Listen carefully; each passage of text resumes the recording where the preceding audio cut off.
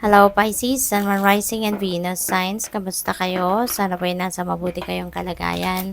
Welcome back po sa Star Tarot. Kung bago kayo rito, welcome din kayo. Thank you for your support. I truly appreciate it. God bless you all. Una mensahe po ninyo, friendship and union. Ayan. So, maybe focused kayo ngayon on relationships, no? Kasi pwedeng yung union na to could be union in marriage, no, of two people. Pwedeng meron dito magpapakasal, pwedeng meron dito mai-engage or papasok sa bagong love and romantic relationship.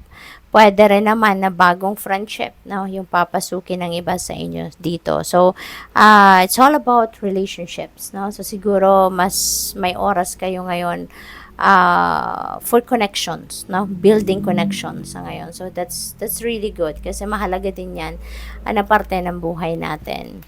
We have yes. Wow, it's a yes. Baka meron kayong tanong sa sarili ninyo or meron kayong tanong sa universe, no? At ito yung sagot sa iyo. It's a yes, 'di ba? Exciting ito. Nakataas ang dalawang kamay. So parang ready siya to embrace whatever this is, no? He's really excited about it. At hindi na to mababali, hindi na to mababago, no? May exclamation point na yes, so siguradong sigurado na. Pwedeng meron kayong pagsasabihan ng yes. Pwede rin naman na meron magsasabi sa inyo ng yes. Pwede rin naman na yung tuwang-tuwa kayo at baka may nabalitaan kayo, nalaman kayo, na-discover kayo, and you are going to say yes, no? Sa wakas, finally, yes, yung parang ganon. Natuwang-tuwa kayo, yung ganon. So, good luck sa you dyan. We have forgiveness and understanding. Okay? So, this is really beautiful then. So, feeling ko, merong reconciliation dito na paparating. Maaaring meron ditong pagbabate, pagko-compromise, pwedeng ganon. Or you are going to act as the bigger person dito, no? So, you will express, no, your understanding talaga sa ngayon. Mas ipapakita mo ngayon ang pag-iintindi mo, yung maturity mo, no, mas yun ang ipapakita mo sa ngayon. Nag-expand yung puso ninyo ngayon, handa na kayong tanggapin, no, ang sitwasyon, ano man ang pinanggalingan ninyong sitwasyon dito. Kasi sa ngayon, mas yung parang ilalabas ninyo ngayon dito yung emotional maturity ninyo. At mas ito yung mamamayani sa inyo rather than yung galit ninyo, rather than yung tampo, no? Mas iintindihin mo na ngayon na lang yung tao kung sino man yung hindi ninyo, yung may meron kayong hindi pagkakaintindihan. We have cut the cords. Ayan. So, ang iba din sa inyo dito, kailangan na tanggalin na, no? Or meron kayong dapat tanggalin na sa buhay ninyo. So, this could be someone or something, 'di ba, na it doesn't serve your highest good. Hindi na to nakakatulong sa iyo, hindi na to positibong epekto ang hatid sa inyo, hindi na maganda, no? Hindi na maganda yung dulot sa inyo na resulta, no, na kung ano man ang ginagawa ng taong ito sa iyo. Kaya you are ready to to cut the cords, no, with that person. So maaaring ganun ang ganap dito for some of you. Anything that doesn't serve your highest good, anything na hindi nakakabuti para sa iyo, wala na tayong rason para i-keep yan sa buhay natin. All we can do is to cut the cords between them, no, and us. We have angel number 13, starting fresh. Okay? So, sabi dito, step out of your comfort zone.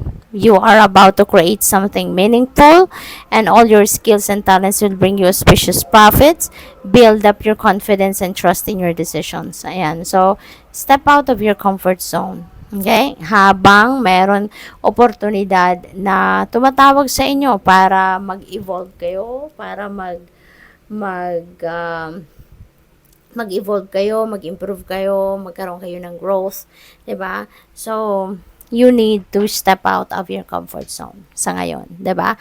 Para nang sa gayon masubukan ninyo, makapag-explore kayo ng mga bagong sitwasyon, makapag-explore kayo ng bagong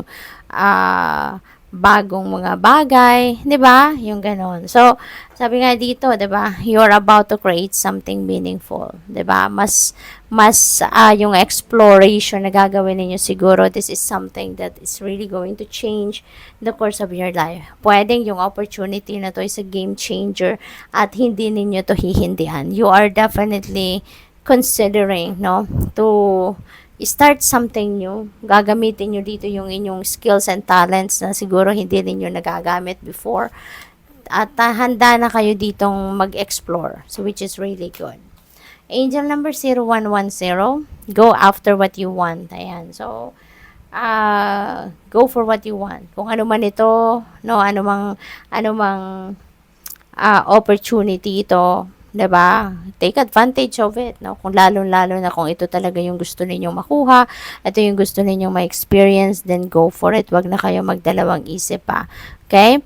You will be also filled with inspiration sa ngayon, kaya go for it. No? Gamitin din ninyo yung mga talents ninyo, yung gifts ninyo, kasi maaaring ito talaga yung maghahatid sa inyo sa tagumpay at maghahatid sa kung ano man ang magpapasaya sa inyo, magbibigay ng fulfillment sa inyo, okay? You're blessed with talents and skills, and that make it easy for you to stand out from the crowd, embrace what makes you different. No? That's your path to success. Your dreams will soon come true. Napakagandang promise.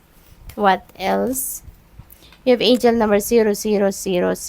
Ayan, so, kailangan ninyo magpahinga, no?